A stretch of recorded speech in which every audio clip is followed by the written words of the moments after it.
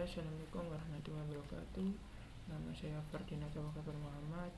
NIM 1965 1204022 dari TIA 2019. Di video ini saya akan menjelaskan tentang web server dan DNS server. Nah, jadi yang pertama web server. Web server adalah sebuah perangkat lunak server yang berfungsi sebagai menerima permintaan HTTP atau HTTPS dari klien yang dikenal dengan browser web dan mengirimkan kembali hasilnya dalam bentuk halaman-halaman web yang umumnya berbentuk dokumen HTML. Server webnya ini yang terkenal diantaranya itu ada Apache dan Microsoft Internet Information Service atau IIS. Apache merupakan server web antar platform, sedangkan IIS ini cuma dapat beroperasi di Windows saja. Server web juga dapat berada di komputer yang berfungsi seperti definisi di atas. Ya, kemudian apakah kalian tahu gimana sih kita bisa dapat layanan web server ini? Jadi caranya, pertama di server lokal, jika hanya untuk coba-coba aja bisa kok di server lokal. Localhost 880 itu biasanya. Nah, caranya itu tinggal mengunduh file instalasi web servernya, kemudian pindahkan ke file lokal Anda. Tapi jika dengan cara ini kalian nggak bisa mengaksesnya dari perangkat lain, kecuali kalian punya IP dan alamat IP yang dinamik. Solusi lainnya itu bisa nyewa VPS atau VPS virtual yang banyak tersedia di penjual website biasanya. Saat order layanan VPS, biasanya sistem operasi bawaannya sudah tersedia. Tinggal klik aja, nggak pakai ribet. Sudah langsung siap dengan sistem operasi yang kita inginkan. Ada tidaknya web server ini tergantung sistem operasi yang dipilih. Ada yang menawarkan web server dengan paketnya. Nah, sekarang penjelasan DNS.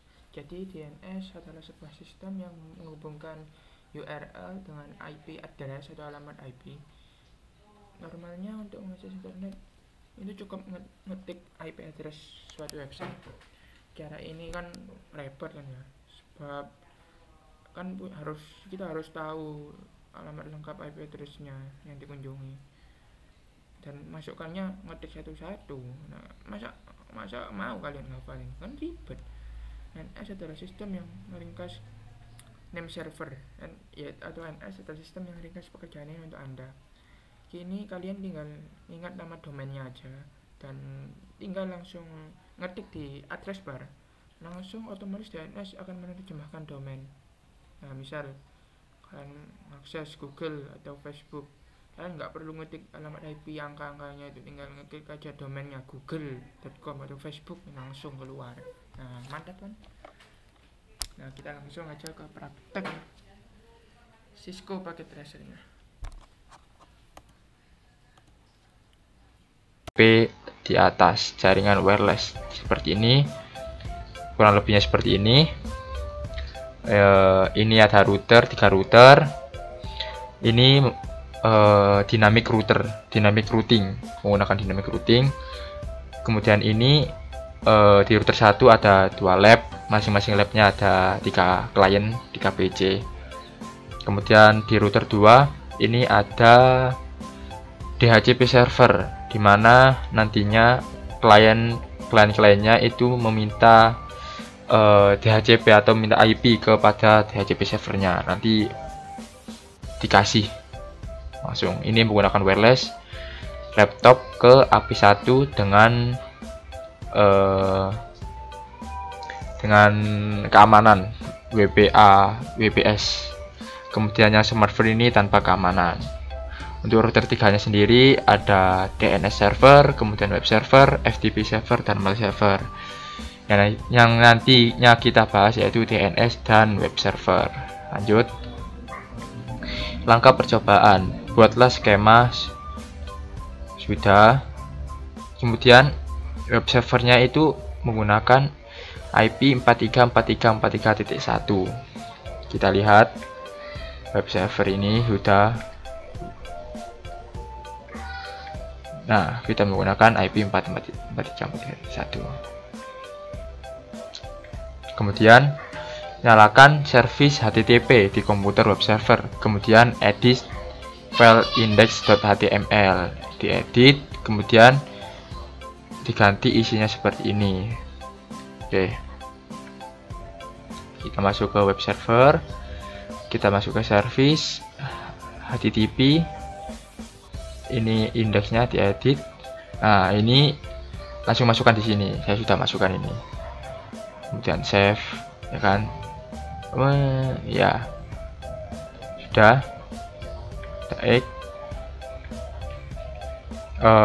coba pada PC1 dan laptop, buka aplikasi browser, kemudian jalankan IP dari web servernya. Nanti akan muncul seperti gambar berikut. Oke, langsung kita simulasikan PC1, masuk ke desktop, web browser, masukkan 43.43.43.1, go. Nah, nantinya akan menampilkan ini, script ini yang sudah kita masukkan di HTTP tadi. Langsung kita coba yang di laptop. Server, web browser 43.43.43.1. Pastikan ini juga berhasil. Nah, sudah berhasil. Percobaan dari web server sudah berhasil. Di semua klien bisa mengakses web servernya. Kemudian DNS. DNS sendiri itu domain name server, adalah sebuah sistem yang menghubungkan Uniform Resource Locator atau URL dengan Internet Protocol Address, IP address. Normalnya untuk mengakses internet, Anda perlu mengetikkan IP address untuk website. Cara ini cukup merepotkan, sebab ini artinya Anda perlu punya daftar lengkap IP address website yang ingin Anda kunjungi. Jadi nggak repot-repot menghafalkan IP address dari tiap-tiap website. Dengan adanya DNS, kita hanya mengingat domainnya, namanya saja, gitu. Fungsinya sendiri yaitu meminta informasi IP address sebuah website berdasarkan nama domain, kemudian meminta informasi URL sebuah website berdasarkan IP address yang dimasukkan. Kira seperti ini. Nah, ini ada .com, .org, .net, .uk, dan banyak lainnya. Ini juga ada top level domain, kemudian root level domain. Nah, seperti ini kurang lebihnya. Langsung kita ini macam-macam DNS. Nah, macam-macam DNS ini ada banyak. Yang pertama, e-record. Ini untuk menyimpan informasi soal hostname dan IPv4. Kemudian AAA record, menyimpan informasi hostname dan hubungannya dengan IPv6. MX record, merekam server SMTP yang khusus digunakan untuk saling berkirim email di suatu domain. Gname record, untuk meredirect domain atau subdomain ke sebuah IP address. Lewat fungsi satu ini Anda tidak perlu memperbarui DNS record, dan banyak lagi, ini masih banyak. Langsung ke skenario-nya. Ini sama tadi sudah dibuat ya. Kemudian langkah percobaan, buatlah skema jaringan seperti gambar di atas, kemudian hubungkan ke DNS server 33.33.1. Nah, ini sudah diisi untuk DNS servernya sendiri. Kita masukkan IP 33.33.33.1. Jadi nanti ke semua kliennya untuk konfigurasi IP-nya, DNS servernya itu menuju ke yang 33.33.33.1. Kemudian aktifkan service DNS pada DNS server dan tambahkan entry DNS seperti ini. Nah, nanti ditambahkan jarcom.com dan www.jarcom.com. Kita masuk ke DNS service DNS. Nah, di sini kita on-kan dulu, kemudian kita beri nama di sini. Nah, seperti ini. Namanya jarcom.com, tipenya A-record dengan address IP addressnya itu 43.43.43.1. Ini kan menuju ke web server. Kemudian kita save. Nah, nantinya seperti ini. Kemudian untuk yang www.jarcom.com itu bukan cname dengan hostname-nya jarcom.com. Jadi nanti ketika kita akses jarcom.com atau www.jarcom.com itu akan sama, menampilkannya sama yang tadi subscriber eraser itu. Kemudian pada PC1 dan laptop jalankan perintah nslookup. Oke, kita PC1 command prompt nslookup jarcom.com.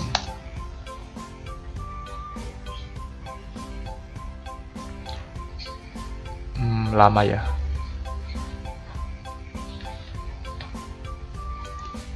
nslookup jarcom.com dan www.jarcom.com pada PC1 dan laptop. Nah, ini sudah.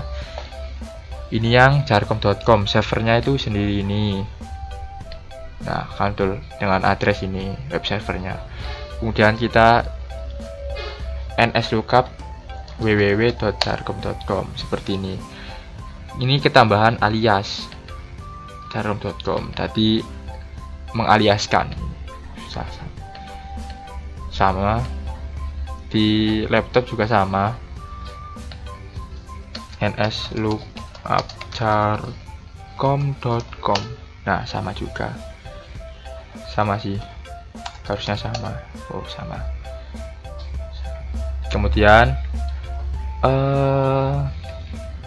pada PC1 dan laptop buka aplikasi browser, kemudian carangkan URL jarcom.com atau https.com. Oke. Nggak pakai FTP nih, nggak pakai. Kita coba ya. Coba yang di PC1 kita pakai yang jarcom.com. Apakah berhasil? Yap, berhasil. Kemudian kita coba yang smartphone. Oh, maaf, laptop.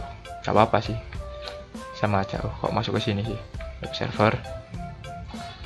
Kita coba yang pakai www.jarcom.com. Hasilnya sama saja ya. Saya kira cukup untuk demonya web server dan DNS server. Jangan lupa like, share,